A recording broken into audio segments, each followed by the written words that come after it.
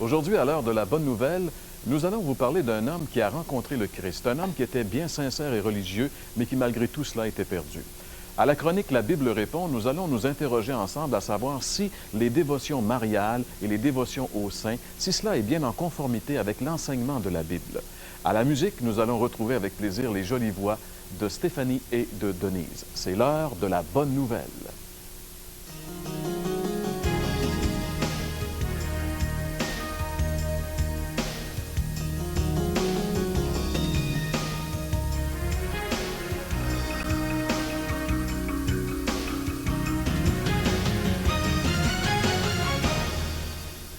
Bonjour et bienvenue à l'heure de la bonne nouvelle. Avec mes collègues Gaston Jolin et François Fréchette, nous allons à nouveau aujourd'hui découvrir ensemble dans la Bible l'histoire d'un homme qui a fait une découverte incroyable, qui a découvert le salut gratuit par la foi au Seigneur Jésus-Christ. La particularité du personnage que nous allons découvrir ensemble aujourd'hui, c'est un homme qui était sincère et religieux. On pourrait parler d'une bonne personne, d'un bon gars. Un homme qui faisait des aumônes, qui priait, mais qui malgré tout cela n'avait aucune certitude au plus profond de lui-même qu'il avait la vie éternelle et qu'il était sauvé. C'est assez intéressant parce que habituellement, on dit souvent, l'important c'est d'être sincère. Mais est-ce que vraiment la sincérité peut nous sauver? C'est une bonne question à laquelle notre texte va répondre aujourd'hui. Vous savez, pour savoir véritablement, pour pouvoir véritablement saisir si ce que nous croyons est en conformité avec la volonté de Dieu, il faut revenir à la parole de Dieu. Dieu, dans la Bible, nous révèle ce qu'est la vérité. Et à partir de ce qu'il nous dit, on peut savoir si oui ou non nous sommes dans la vérité. Ce personnage croyait fort probablement plaire à Dieu, croyait probablement être dans la vérité, mais il lui manquait quelque chose. Il lui manquait la connaissance du véritable salut en Jésus-Christ. Parce que vous savez, malgré toutes nos bonnes intentions, malgré notre sincérité, malgré nos bonnes œuvres, on peut aussi être sincèrement dans l'erreur. Et c'était justement le cas de notre ami. Il était sincère, mais ignorant de la vérité. Peut-être que vous êtes un peu comme ça, mais aujourd'hui, si vous demeurez à l'écoute, vous allez voir qu'après l'émission, vous allez être sincère, mais vous allez aussi connaître la vérité et que vous aurez une décision à prendre face à tout cela. Demeurez avec nous dans un petit instant. Notre ami François Fréchette sera notre guide aujourd'hui dans cette histoire biblique. Après ces quelques messages.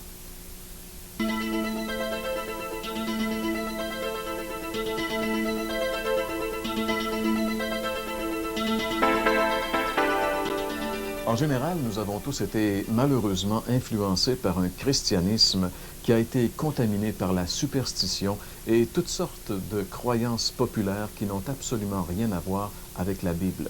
Ainsi, on a mélangé toutes sortes de cultes idolâtres et païens avec la foi en Jésus-Christ. Par exemple, on a fait croire aux gens qu'ils pouvaient prier leurs défunts ou encore de supposés saints et même Marie, la mère de Jésus. Tout cela étant appuyé la plupart du temps sur une logique enfantine. Pourtant, la Bible est très claire à ce sujet. Toute la révélation de l'Ancien Testament est la révélation du Dieu unique, le monothéisme. Et le Nouveau Testament, quant à lui, ne fait allusion qu'à la dévotion au Seigneur Jésus-Christ, le Fils de Dieu.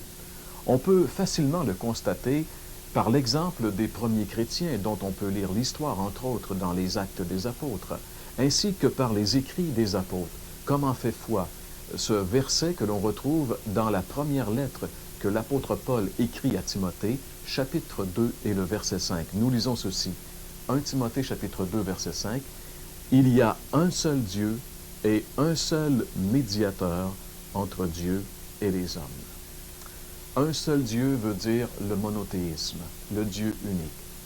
Mais Paul dit aussi qu'il n'y a qu'un seul médiateur, c'est-à-dire un intermédiaire entre nous les hommes et Dieu qui est au ciel.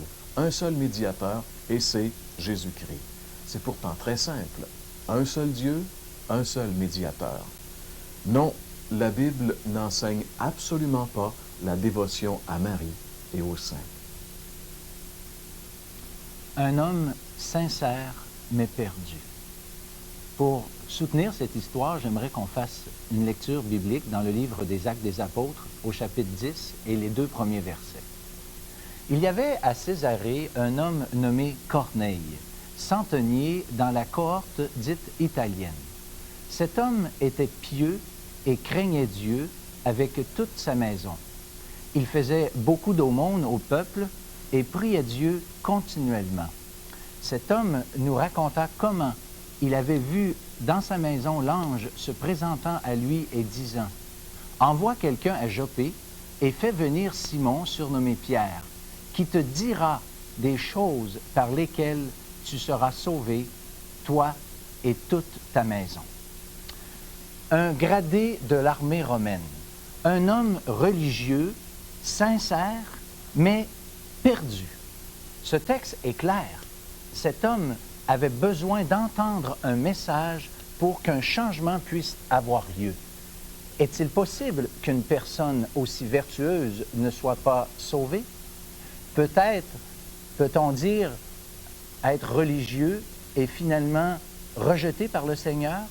Ne dit-on pas que toutes les religions sont bonnes et qu'il s'agit d'être sincère? La pratique de la religion et des bonnes œuvres peut-elle remplacer une rencontre personnelle avec le Christ? L'histoire de cet homme va nous donner les réponses à ces importantes questions. D'abord, on va parler d'un cœur idéal. Cet homme avait un cœur idéal, un cœur bien disposé. Ce n'est pas ici l'idée de quelque mérite que ce soit, mais un désir sincère de connaître Dieu, donc ouvert au message que Dieu avait pour lui. Un cœur idéal parce que même si cet homme était religieux, il était pieux, il faisait beaucoup d'aumônes, ces choses n'étaient pas qu'une forme extérieure de sa religion. Il désirait lui-même sincèrement plaire à Dieu à sa façon, et on peut dire qu'il aimait le Seigneur. Il est indiqué qu'il craignait Dieu. Une expression peut-être étrange pour ceux qui ne sont pas familiers avec la Bible, mais cela veut simplement dire qu'il était animé par un saint désir de ne pas déplaire au Seigneur. Par exemple, des enfants qui craignent de déplaire à leurs parents. C'est l'idée de craindre Dieu, vouloir plaire à Dieu. Pour Corneille, cette crainte de Dieu s'est concrétisée par une conduite qui rendait honneur au Dieu d'Israël, sans toutefois qu'il en ait adopté les rites religieux. C'est-à-dire, il ne s'était pas, à proprement parler, converti à la religion juive. Il est dit aussi qu'il faisait beaucoup d'aumônes. Il semble avoir été détaché des richesses, puisqu'il est dit qu'il faisait beaucoup d'aumônes. Il est aussi indiqué qu'il priait beaucoup. Il est dit continuellement. On pourrait parler d'une vie caractérisée par la prière. Je pense qu'il y a deux sortes de gens religieux. D'abord, ce que j'appelle la religion qui n'est qu'un simple calme conscience est accompagnée d'un manque plus ou moins marqué de sincérité. Je donne par exemple l'idée d'une personne assistant aux offices religieux avec une vie qui ne correspond en presque rien avec la moralité que préconise sa religion. On accomplit notre devoir religieux et une fois la semaine, et puis le reste de la semaine, on a une conduite tout à fait opposée à celle du dimanche, par exemple. Mais il y a aussi cette catégorie de personnes, ceux qui, à travers la pratique de leur religion, font une recherche sincère de Dieu et, pour cette raison, sont prêts d'écouter ce que Dieu a à dire. Ceux qui sont prêts d'écouter la parole de Dieu, en fait, sans craindre les hommes. Nous pouvons dire, sans doute, que Corneille était de cette race, de cette catégorie d'hommes. Sa crainte de Dieu, sa piété, ses aumônes, ses prières en étaient la manifestation concrète. J'aimerais lire avec vous un autre verset du même chapitre 10 du livre des Actes au verset 7e. Il est dit qu'un ange était venu pour lui dire d'aller chercher Pierre. Et écoutez ce que ça dit. Dès que l'ange qui lui avait parlé fut parti, Corneille appela 2 de ses serviteurs. Sans discuter, il a promptement obéi au peu qu'il savait et a entrepris sans hésitation la démarche pour en savoir davantage. J'aimerais lire à nouveau le verset 24 du même chapitre 10 du livre des Actes des Apôtres. Corneille les attendait et avait invité ses parents et ses amis intimes. Voyez-vous, il a voulu partager avec son entourage. Il n'a pas eu peur des qu'en dira-t-on. J'aimerais ajouter encore le verset 33. Voyez ce qu'il dit. Maintenant donc, nous sommes tous devant Dieu pour entendre tout ce que le Seigneur a ordonné de dire. Devant Dieu. C'était le message de Dieu dont Pierre était le porte-parole. Voilà l'attitude qu'il nous faut prendre devant la lecture des Saintes Écritures, devant Dieu, le message de Dieu, pour entendre tout, pas seulement ce qui fait notre affaire, pas seulement ce avec quoi, par exemple, je suis d'accord, mon idée, votre idée, Dieu ne sait qu'en faire. La question que vous devez vous poser est celle-ci. Suis-je prêt ou prête à écouter ce que Dieu a à me dire aujourd'hui, dans sa parole? Suis-je prêt de le faire? Corneille, lui, avait cette disposition de cœur. Il avait ce cœur idéal pour une rencontre avec le Christ. J'aimerais faire remarquer que parmi ceux qui ont rencontré le Christ, qui ont même été témoins de résurrection, mais qui n'avaient pas cette disposition de cœur, ont été parmi ceux qui ont rejeté le Christ. Un cœur idéal, c'est-à-dire un cœur sincère et prêt d'écouter, non seulement est une bonne chose, mais est nécessaire pour répondre à l'appel de Dieu. Notre prière à Dieu, c'est qu'il vous donne à vous un cœur idéal pour entendre sa parole. Maintenant, dans ce texte, nous avons aussi un message idéal. Essentiellement, ce message a deux volets. Premièrement, sur l'identité de Jésus-Christ et, en second lieu, ce qu'il pouvait faire, ce Jésus-Christ, pour Corneille et ce qu'il peut faire pour vous aujourd'hui. Premièrement, dans les versets 37 à 42, que vous pourrez lire vous-même, eh bien, il est indiqué que le Christ a fait certaines choses. Il est question de ses guérisons, il est question de sa puissance sur le diable, sa puissance sur la mort, et il est même question de sa propre résurrection. Plusieurs disciples, témoins de ces choses, ont reçu l'ordre d'attester ce qui suit. Et nous allons lire ensemble encore dans le même chapitre et au verset 42 ce qui suit. Et Jésus nous a ordonné de prêcher au peuple et d'attester que c'est lui qui a été établi par Dieu, juge des vivants et des morts. Il n'est donc plus le petit Jésus, il n'est plus sur la croix, mais il se prépare pour être le grand juge des vivants et des morts. Il est donc important de savoir qui est Jésus-Christ, mais surtout ce qu'il peut faire pour Corneille et surtout ce qu'il peut faire pour nous encore aujourd'hui. On ajoute encore un texte de la parole de Dieu, le verset 43, toujours dans le même chapitre. Tous les prophètes rendent de lui le témoignage que quiconque croit en lui reçoit par son nom le pardon des péchés. Le Seigneur Jésus-Christ a non seulement le pouvoir de juger les pécheurs, mais aussi le pouvoir de pardonner aux pécheurs. La seule condition indiquée dans le texte est simplement la foi, en échange de laquelle Dieu promet le pardon des péchés. Jésus-Christ, étant Dieu fait homme, a simplement pris la place du pécheur sur la croix. Il a subi de Dieu le châtiment qui nous procure la paix. Regardez Ésaïe au chapitre 53, verset 5, il nous est dit « Le châtiment qui nous donne la paix est tombé sur lui. » Ce n'est que sur cette base que nos péchés peuvent être pardonnés. Tout ce qu'il nous demande, c'est de mettre notre confiance dans ce que le Christ a accompli pour nous. Si tout est accompli par le Christ, c'est que nous ne pouvons rien y ajouter, ni nos bonnes œuvres, ni notre crainte de Dieu, ce désir de lui plaire, encore moins notre piété, nos prières, ne peuvent nous sauver. Christ seul en a le pouvoir. Rappelez-vous ce message à propos de l'ange que Pierre a dit. « Il te dira des choses par lesquelles tu seras sauvé. » Ce message a eu, dans l'histoire qui nous occupe, un résultat idéal. On lit encore dans le même chapitre, versets 44, 45 et aussi le verset 48. Comme Pierre prononçait encore ces mots, le Saint-Esprit descendit sur tous ceux qui écoutaient la parole. Tous furent étonnés de ce que le don du Saint-Esprit était aussi répandu sur les païens, c'est-à-dire les non-juifs. Et il ordonna qu'ils soient baptisés au nom du Seigneur.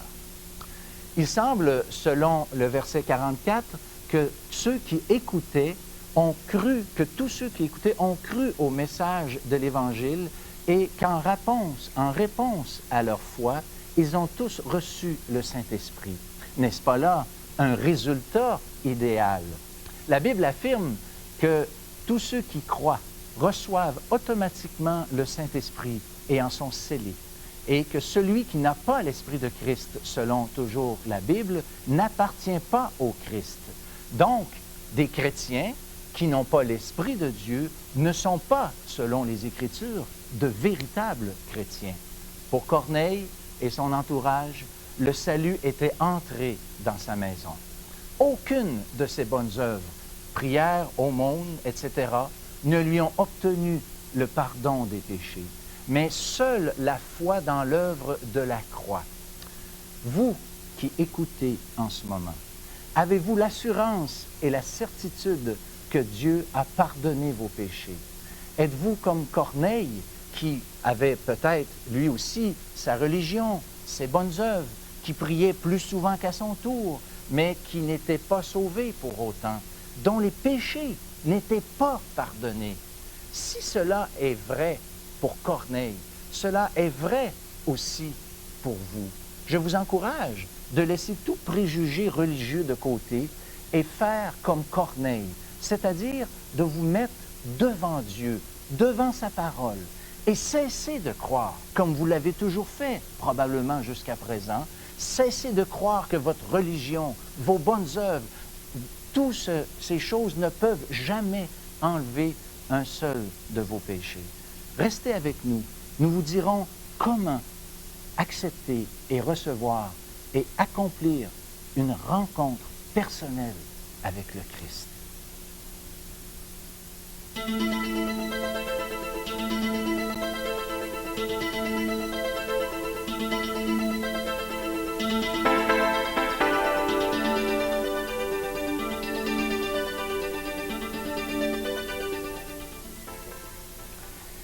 Sincère, mais perdu. Cet homme Corneille avait un cœur, comme on vient de l'entendre, un cœur qui était sensible à Dieu, un cœur qui était disposé à obéir à Dieu, un homme qui avait soif de connaître Dieu de façon plus personnelle, plus intime. Oui, cet homme avait cette soif de Dieu. Et peut-être qu'aujourd'hui, après avoir entendu ce message de la parole de Dieu, de notre ami, vous aussi, vous dites, moi aussi, j'aimerais connaître Dieu de façon plus intime, plus personnelle.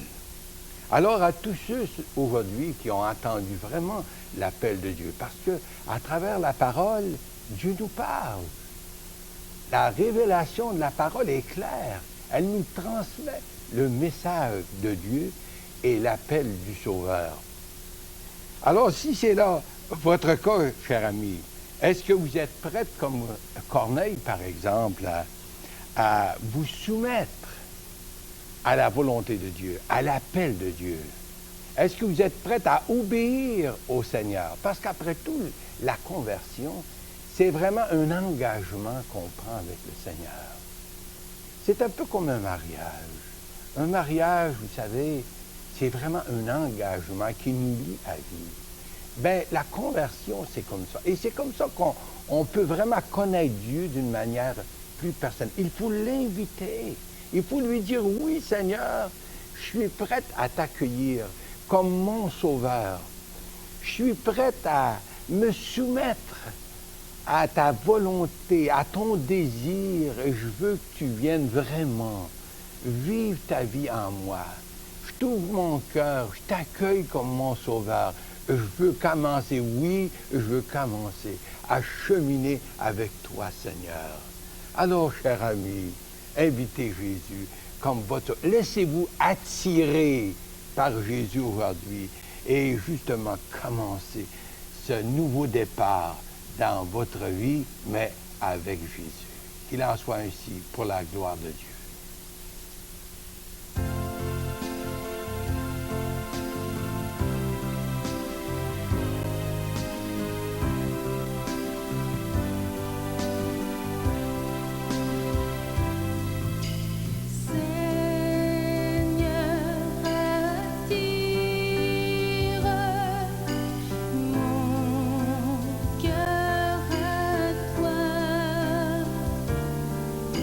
Je